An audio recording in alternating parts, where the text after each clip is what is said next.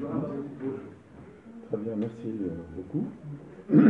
Donc là, j'interviens à deux titres, à double titre. C'est d'abord en tant que membre du collectif des avocats de la défense, et puis bien entendu en ma qualité de bâtonnier du Conseil de l'ordre des avocats de Moroni. Il est tout simplement question ici que ce matin, les présumés personnes qui ont été arrêtées depuis maintenant quand même il y a 5-6 mois, ils ont été arrêtés et convoqués ce matin pour la première audience plénière. Les avocats ont soulevé, vous savez que dans une audience de si grande importance où d'entrée la Cour de sûreté de l'État a évoqué l'article 81. L'article 81 du Code pénal comorien, qu'est-ce que c'est? C'est prononcer immédiatement une peine de mort contre les personnes qui sont présumées impliquées dans l'attentat, dans l'atteinte à la sécurité de l'État. Bien entendu, nous en tant qu'avocats, c'était un choc assez fort. Donc, notre stratégie, qui est une stratégie légitime, c'est de démontrer d'abord est-ce que cette juridiction, est-ce que les règles de procédure applicables sont respectées. Et on a constaté une panoplie de règles qui devrait être préalablement utilisées, faire appel à ces règles pour une bonne administration de la justice. Nous avons évoqué une des règles les plus élémentaires, c'est la question préjudicielle. Alors, ça veut dire quoi en termes techniques? La question préjudicielle, c'est une question qui est bien liée dans le cas d'espèce, qui nous autorise, nous, avocats, de soulever cette affaire devant le juge in limitis, c'est-à-dire qu'une fois cette question soulevée et motivée, le juge doit suspendre l'affaire, ce que nous avons demandé, et d'opérer une mise en liberté provisoire de tous les détenus concernés par cette affaire, pour permettre au juge de fond, lequel juge de fond, c'est la Cour de sûreté de l'État, de mieux préparer son dossier et surtout d'être sûr qu'il est compétent, puisque la Constitution nous donne, la nouvelle Constitution du président Zali, qui vient d'être votée, donne aux justiciables le pouvoir de saisir la chambre de la Cour suprême de l'État à se prononcer sur cette question préjudicielle. À notre grande surprise, après une plaidoirie de tous les confrères, la Cour a demandé une suspension pour aller réfléchir sur cette question. Nous étions tous confiants que le juge allait accéder à la demande du collectif des avocats, notamment la mise en liberté immédiate et notamment le renvoi de cette affaire devant la Cour suprême. Que nous dit le juge à son retour? À son retour, le juge vient avec aisance. Il rappelle cette fameuse loi de 1981 qui institue cette Cour spéciale, et qui dit, bon, peut-être le droit n'est pas bon, peut-être les règles du droit ne sont pas respectées, mais nous allons continuer à juger. Oh, qu'est-ce que cela veut dire? Cela veut dire que l'avocat, la Cour d'abord, la Cour de sûreté de l'État, il n'y a aucune possibilité d'avoir un recours après sa décision. Aucune possibilité.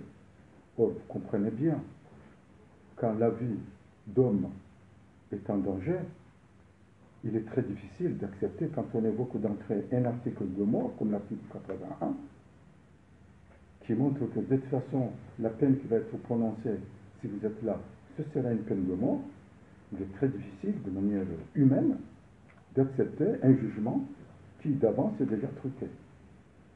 Donc, le fait que non seulement on nous refuse le principe élémentaire de toute bonne administration de justice, qui est le principe de double juridiction, voire même de triple juridiction, parce qu'on peut faire appel à une autre juridiction, et tenant compte de la rigidité au départ de refus de mise en liberté provisoire, aucune mise en liberté n'a été acceptée. On ne peut pas calculer le nombre de demandes de mise en liberté provisoire. La détention, mes chers amis, est devenue une règle. Alors, qu'est-ce qu'une détention provisoire?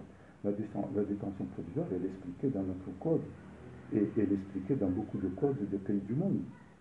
Et elle a des conditions.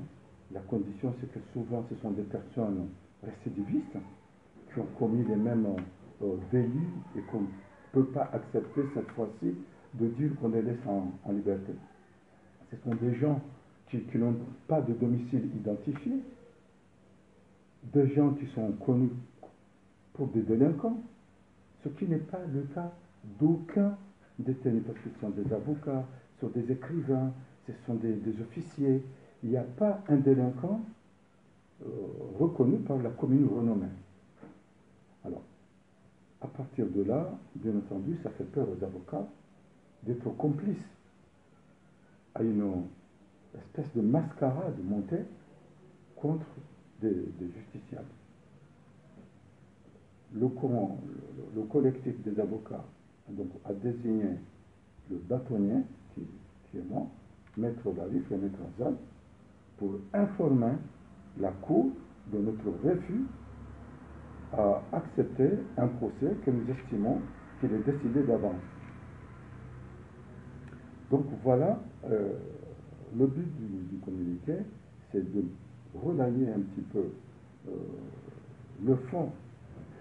Cela étant, nous restons toujours proches de nos clients. Nous serons présents à toute demande et à toute façon et de toute idée à soulager leurs souffrances qui subissent au quotidien. Donc, nous avons refusé le procès, mais nous n'avons pas abandonné nos clients respectifs. Nous continuerons à les défendre dans toutes les situations. On sait que la Cour, en notre absence, peut décider des décisions contre nos clients. Nous allons réfléchir la riposte juridique appropriée à ce type de situation. Justement, qu'est-ce qui peut se passer? Est-ce qu'on pourrait imposer, par exemple, aux prévenus des avocats commis d'office?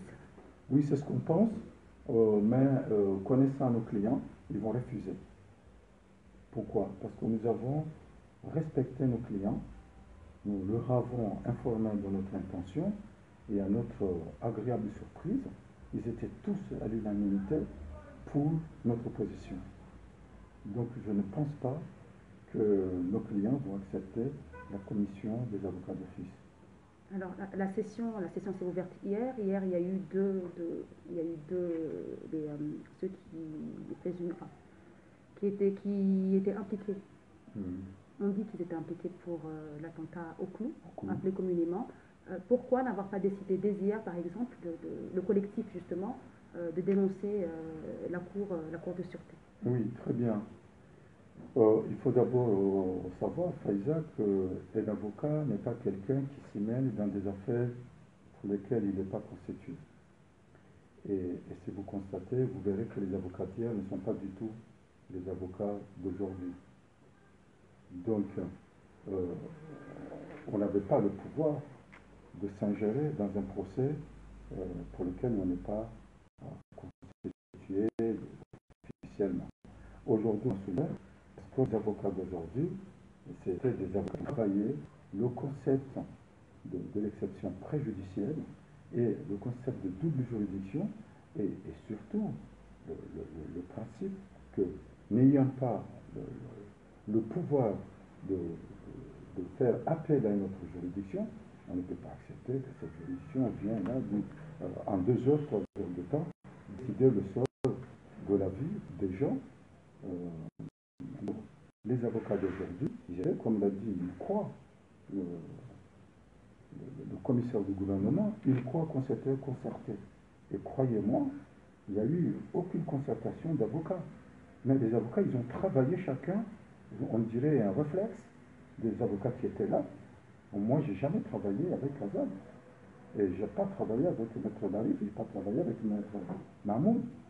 Et à ma grande surprise, dès qu'on a soulevé l'exception, on a trouvé que tout le monde était préparé. Donc c'était une question d'avocat. Et donc si hier la question, là hier j'ai appris qu'elle a été soulevée, mais elle a été soulevée autrement.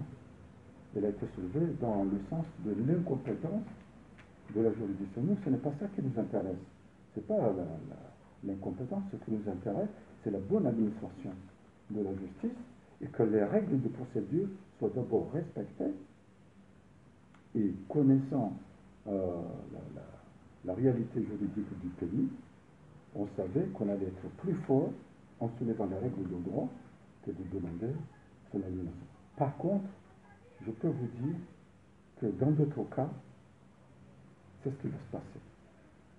Et avec votre autorisation, je peux déjà appréhender ce qui va se passer le dimanche. Pourquoi? Parce que le dimanche, on va juger l'affaire de la main coupée. Très bien. Ce sont des intercalations classiques qui arrivent dans tout pays au sein de certains bureaux de vote.